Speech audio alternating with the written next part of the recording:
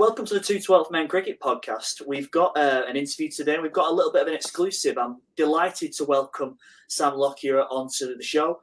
Sam is the creator of the 501 Not Out documentary, which is based on Brian Lara, if you've not already guessed that.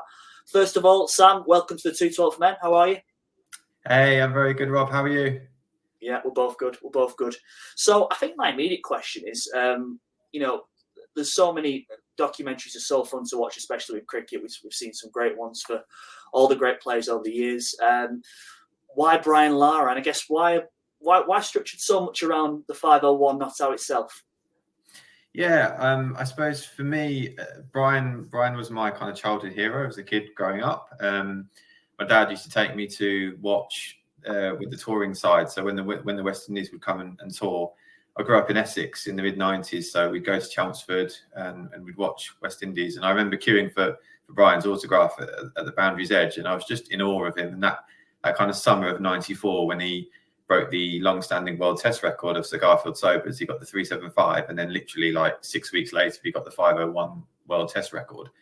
And I suppose being English and living in the UK, and I was really struck by that. And I just couldn't believe it when I was researching it. Nothing had really been done on the 501. Like the 375 had been covered, the 400 had been covered, but the 501 had kind of been overlooked. And I was kind of like, why? It's an absolutely outrageous innings, ridiculous innings, and no one's really got close since.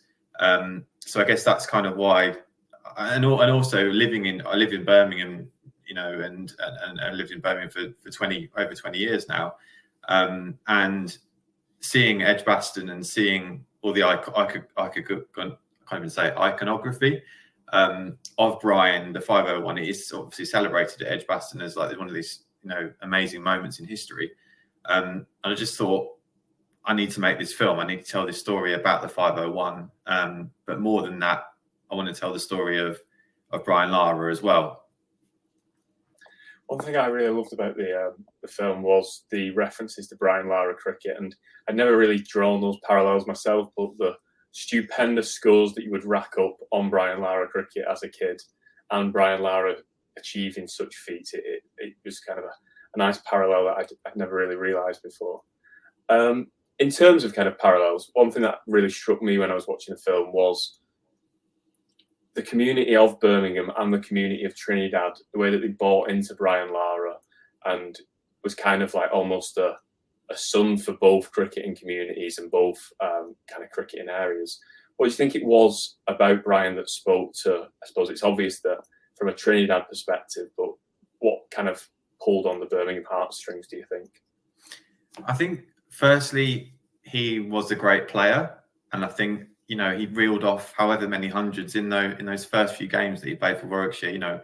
He was scoring hundreds for fun every week in freezing cold conditions, light years from what he would have experienced in playing in Trinidad and obviously for the West Indies as well. So I think first and foremost, the Warwickshire faithful took to him straight away because he was so good.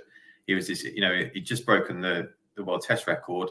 He was literally the best player in the world, essentially, and it was like a superstar that had signed for Warwickshire. So I think they took to him from a player's, playing perspective and how good he was, how elegant he was, how many runs he scored, but also he was a charming personality. He was a smiling, fun-loving guy, really. And one of the main reasons that he came to Warwickshire was because his best friend Dwight York was playing at Aston Villa at the time and tearing it up for Villa. If you guys into your football as well, yeah.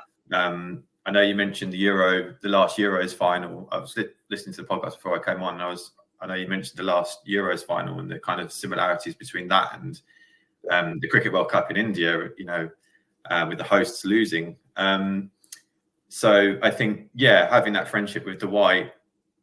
You could see him out and about. He'd be out and about having a good time in Birmingham, going a few good sort of night spots got a good going over with Brian and Dwight on the scene. So I think it was just a great personality, really. And I think people took to him, because of that. Sure. obviously, you display your West Indies top now, Sam, on for people that are watching us live on YouTube. I mean, you've obviously took some time to go over there and meet, go to the Caribbean, which is a great experience in itself, and you get to speak to some of the people closest to Brian. And obviously, with that, there's a lot of said in the media now about a lot of negativity, I guess, about the West Indies. The recent failure to qualify for the World Cup, a real black cloud over things there. But I guess, did you sort of get a different perspective there? Being at the hub of obviously all things Brian Lara, is there quite did you feel an air of positivity once you're in and amongst his own people? Yeah, I mean, absolutely. We were welcomed with open arms when we went to Trinidad and Tobago. People were just so generous with their time, and they couldn't wait to talk to us. And Brian is, he's a god. He's a god in Trinidad. But yeah, I mean, it's tricky because, as you say, the West Indies have fallen on sort of difficult times more recently. Didn't even qualify for the latest World Cup, which is scandalous. Not to have the West Indies, not to have a Caribbean representation in a Cricket World Cup. It's just unheard of. It's very strange. So yeah, I think there is positivity. There was definitely positivity when we were there. We saw some, youth cricket that was going on in Trinidad, and a lot of the youngsters, they get to actually play at the Brian Lara Academy, at the stadium in Tarouba, which has been named after him, and that's a fantastic legacy and a fantastic facility. And I believe it hosts quite a lot of the Caribbean Premier League, and I think England are going to be playing a couple of matches at the Brian Lara Academy. In December in the one day stuff. So I think in Trinidad and Tobago, definitely cricket is still loved. Brian Lara is loved. Across the Caribbean, it's a harder story. It's a harder story. One just hopes that the next 2020 World Cup, which is going to be in the Caribbean and the US, let's just hope that kind of acts as a bit of a catalyst to get more people into cricket. Yeah, and hopefully they'll qualify because they're hosts, right? So they're going to be there, and they know how to host a party. That is for sure. So it's going to be great atmospheres. Let's just hope that people get behind it, and it's packed stadia. Yeah. And the Trini Potty stand is there, and it's alive and well. Let's just hope that they can have a good showing in the 2020 World Cup. For sure. And you talk about hosting a party. Obviously, you were a guest at Brian's 50th, and obviously Dwight York wasn't scared of a party either. And the film talks about their escapades. What do you think? It's very unusual, kind of, when you think about cricketers building massive scores. You think of Alistair Cooks, you think of your Rahul Dravids, really disciplined, kind of stoic figures almost. What was it, the skills and capabilities, do you think, that Brian possessed that were so different and otherworldly and allowed him to achieve these feats? I think the first thing is that really high backlift, that almost like baseball style, where the blade was almost touching his ear. It was right up high, and he was probably one of the first batsmen to really do that and bring that into play. The high backlift, the trigger movements, just being able to actually pierce the field and pretty much put the ball wherever he wanted, in between the fielders. That kind of like forensic ability that he got, which came from a really young age. He was in a big family, got lots of brothers, and he would have played on the streets, in Santa Cruz. And because he had so many brothers, he wouldn't get a chance to bat very often. So when it came round, he had to really, really make it count, and just that hunger. I think that hunger of like wanting to score big runs. This is a guy that's got a 100, a 200, a 300, a 400, and a 500. It's just insane. In an era, Sam, which we might not ever see again, the 90s, where so many international players were, partaking in county cricket. We're talking big stars. Shane Warne, I think. Alan Donald obviously is very prevalent on obviously when we watch the film. So to do that, not just to take anything away from the current system or players that play there now, but there was a sheer sort of competition that Lara had to embrace, and especially when you talk about the elements and the cold, I think it only puts him on a further pedestal, doesn't it? Yeah, absolutely. I mean that era, like you say, AD had been tearing it up at Warwickshire. You got Courtney Walsh down at Gloucestershire. You mentioned Shane Warne revolutionised, Hampshire. All these big names, in county cricket. It's kind of a bit of a shame that these days, I mean, you still get some big names. You said you had Steve Smith at Sussex, didn't you? Warming up for the Ashes and stuff. So you still get the odd big name that will come over these days. But back then, these county cricketers would come back year after year, these overseas pros. And they became stalwarts. Curtly Ambrose, Curtly was the first person I interviewed for my film, and I had to look up at it because Curtly, 6'7", he wanted to be a basketball player, which is completely understandable, but became this metronomic bowler, and this absolute legend of the game. And he was at Northamptonshire, and him and Brian had this fantastic battle in that summer of '94. And that was keen to kind of tell the story of that in the film, because the kind of rivalry between people from different islands in the Caribbean is strong as well. And that's another, relating it back to the Caribbean. It's like if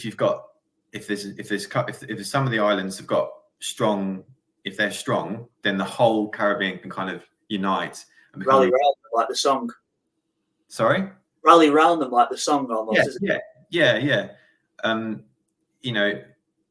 You can just see them getting back to where they were. Obviously, the 70s and 80s, they were untouchable. They were the best team in the world by a country mile. But you just hope, sort of going back to what I was saying before, you just hope they've got the talent. They've got the talent and the style that they play. They do give it a good whack. I always think sometimes in teams you're 2 or 3 world-class players that are around from a good generation, aren't you? Yeah. Where then other team members can be built around, and that kind of feels what it's waiting for, doesn't it? Well, yeah. Even at that time of when Lara comes in, and throughout the majority of Lara's career, they don't have that many great players. They have Walsh and Ambrose in in the early part of Lara's career, and then at the back end, you're almost got Lara and Chanderpaul kind of. Well, the team is built for them. I suppose it has been like that for a while, but you just need someone who can kind of inspire the team, drag the team along. You almost need that kind of, not to go back to football again, but Steven Gerrard of your team sometimes, don't you? You drag the rest of them with you. Yeah.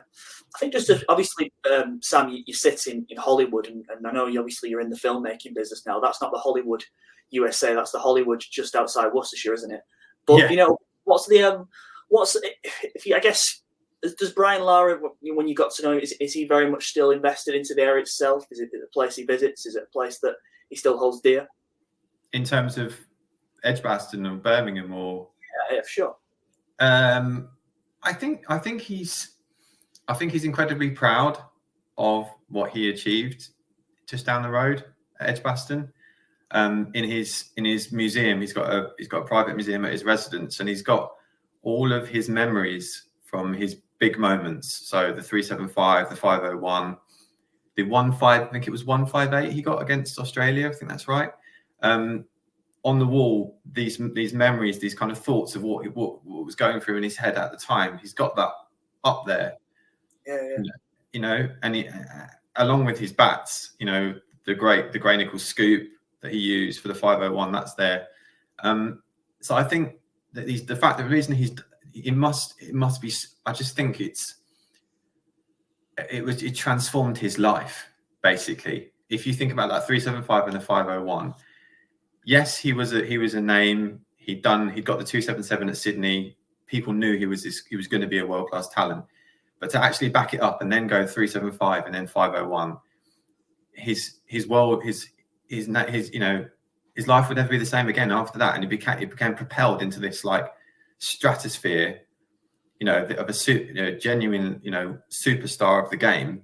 And at that time, when kind of marketing and agents were just sort of coming into cricket and things like that, and then like you said the Brian Lara cricket video game series.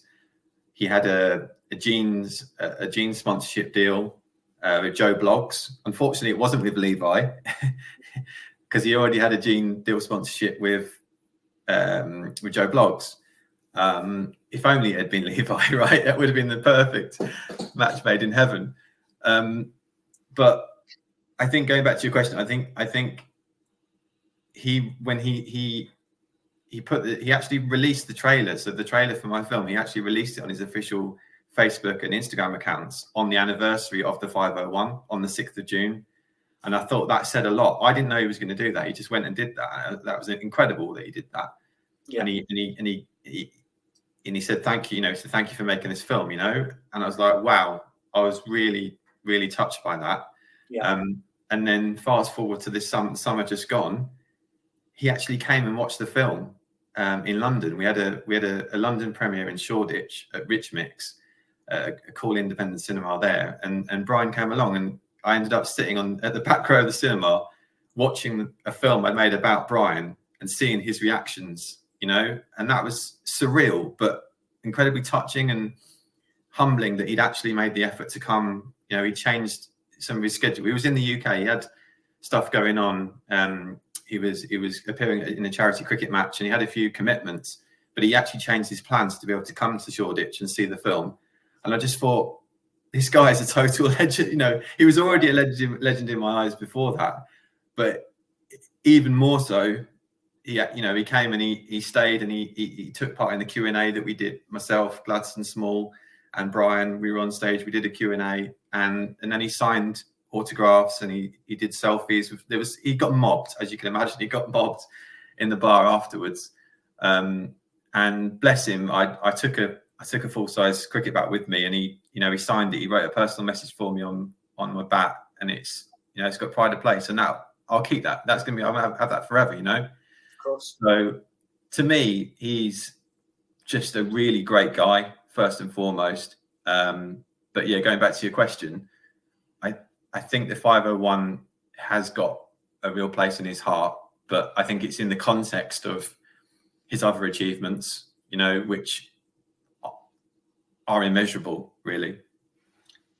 Obviously, taking some time to get to know him, it sounds like you struck up great rapport, and he obviously is a big hero of yours, and to many others across the the cricketing community. But where do you see what's next for Brian Lara in a cricket capacity? Where do you see the retired Brian Lara? Do you see him staying in the game? I know you've obviously touched on the academy in Trinidad and Tobago, but what do you think is the next chapter? Yeah, great question. I think I spoke to him before he came to the screening. He called me and we had a short chat, and I mentioned Sunrisers Hyderabad, and he'd been coaching in the IPL, and he wasn't overly pleased with how it went. I think they were did they finish bottom or one of the lowest?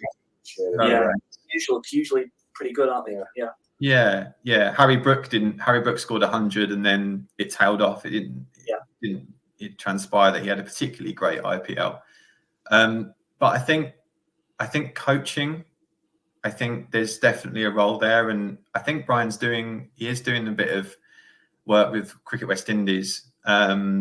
So I personally would, if I was a cricketer, I would walk through walls for Brian Lara. If Brian Lara was in my dressing room giving me advice, I'd take it on board and run with it. So I feel like coaching, he'd have a lot to offer. He's done bits of commentary. I've seen him on the commentating on the Big Bash and things like that, and he provides really great insight. So again, world's his oyster, really, isn't it? I suppose. Sorry. World's his oyster in that regard, isn't it? Yeah, I think he can pretty much do whatever he wants, really. It's whether he wants to do it, essentially. And I do feel like a coaching capacity, maybe with the West Indies, with this T20 World Cup coming up. Who knows what's going to happen? But I'd say he's still got an awful lot to offer the world of cricket. Yeah, definitely. And I suppose, finally, throughout this conversation, I'm fascinated to kind of get an insight into where you start with a film like this. how did you get so many people to contribute? I suppose so many people evidently wanted to contribute, but how did you go about making the film, and what's next for the film? Yeah, so I think it was back in sort of 2017. Around that time, I had the idea to make the film, and with it being an independent film, we weren't commissioned. We didn't have a Sky or a TNT Sports or a big commission. A commission. It wasn't a commission film. It was an independent film. So the first thing I had to sort of figure out was, how am I going to finance this? Because filmmaking it's not a cheap pursuit. It's a very costly thing to do. And what we did was we crowdfunded, and we had people from all around the world, Brian's fans from all around the world, putting in pledges, from small pledges right the way through to one guy who put in £501, which I thought was really cool. And that kind of kicked us off, and then we got some sponsorship. We approached a company called it's Carlsberg Marston's Brewing Company. At the time, they were Marston's Brewing Company, but they've since kind of had a merger with Carlsberg. But Marston's are the beer sponsor for Edgbaston, and they were one of my clients, video production clients. So I approached them and said, "Would you like to come on board as a sponsor?" And they said, "Yeah, we love the sound of this film. That sounds great." So they came on board, put some money in as well. Which if it wasn't for Marston's, and if it wasn't for the crowdfunding campaign, I couldn't have made the film. We had one exec producer put in $2,000 of his own money, and that he's a big cricket fan, and that covered the flights for me and my cameraman to go out to Trinidad and Tobago. And that was, for me, was the real highlight of making the film, was going out to Trinidad. And I think we had 8 or 9 days out there, and we were filming every single day. And we had a lot of help. We'd help from some of Brian's personal friends, which was amazing. And that helped us with access to things like the Queen's Park Cricket Club, and Dr. Nigel Camacho, who's Brian's dentist. He came on board, and he was brilliant. He was so charismatic and so interesting in his interview. He's the co-founder of the Trinity Posse Group, with a lady called Nikki Board, who's also another friend of Brian's. And so we had some connections, some really great connections there, in Trinidad. And then allied to that, I approached Warwickshire, and Warwickshire came on board as a partner for the film. So they were kind of an official partner. And that really helped. So the interview with Kirtley, that was set up through the connections at Warwickshire, and then Kirtley's agent kindly agreed to it. And originally, I think it was like, "Oh, you might get 15 minutes with Kirtley," and then I think Kirtley realised I'd done my research, and I kind of knew what I was talking about. And I think I got half an hour with Kirtley, and that was the first interview that we did, and it was like, this is incredible. And then we got Ian Bell, and that was great. I had a really great chat with Ian. He was very generous with his time. He was still playing at Warwickshire at that time. And it just kind of snowballed. Like, it just sort of, the thing just kind of moved, just kind of snowballed. And I had an interview with Gladstone Small lined up again at Edgbaston, and it was on the day that Kent were playing Warwickshire that day.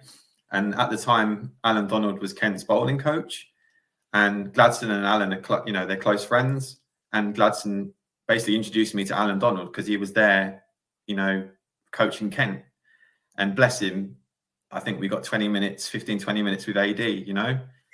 So it was just like, I think the stars aligned, but it was a case of putting in an awful lot of research and hard work, and love, kind of blood, sweat and tears. For me, it was just a film. I had to make this film, and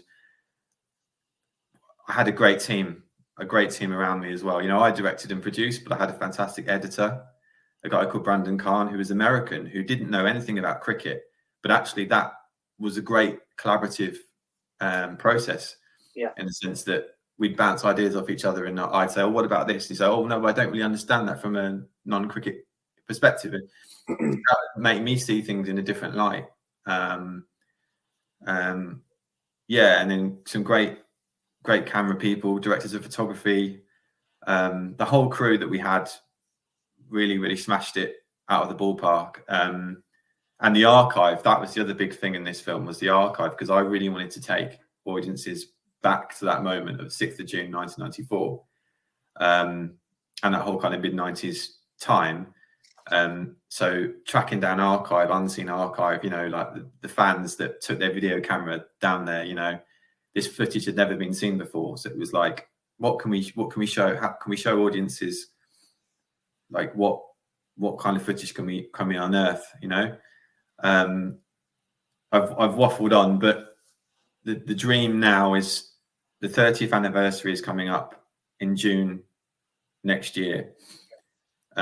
Cricket World Cup, 2020 Cricket World Cup in the Caribbean, and the West Indies are touring England as well. So it feels like the perfect summer to release 501 Not Out on a bigger scale. We've had screenings. It's screened in London, it's screened in Birmingham, it's screened in Belfast.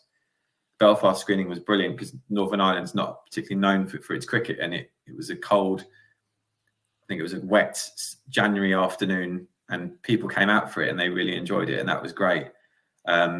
It's open Trinidad and Tobago Film Festival, so it's done, Caribbean, the Windrush Caribbean Film Festival, which was the screening in London, which Brian came to. So we've had success, we've had screenings, audiences have seen it, but I feel like we're just at the tip of the iceberg with it, and I feel like a bigger release is what I'd love to do next summer.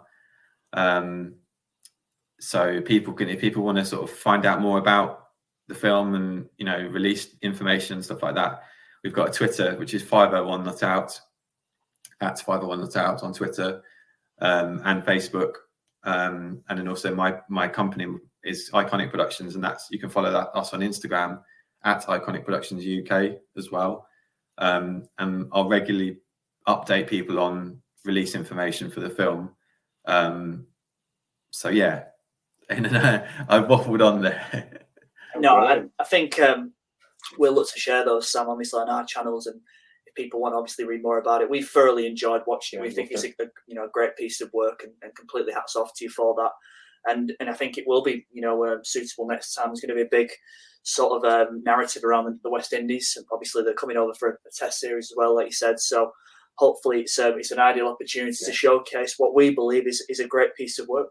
Yeah, that was brilliant. Very much enjoyed it. I spent this afternoon watching it. Loved every minute of it.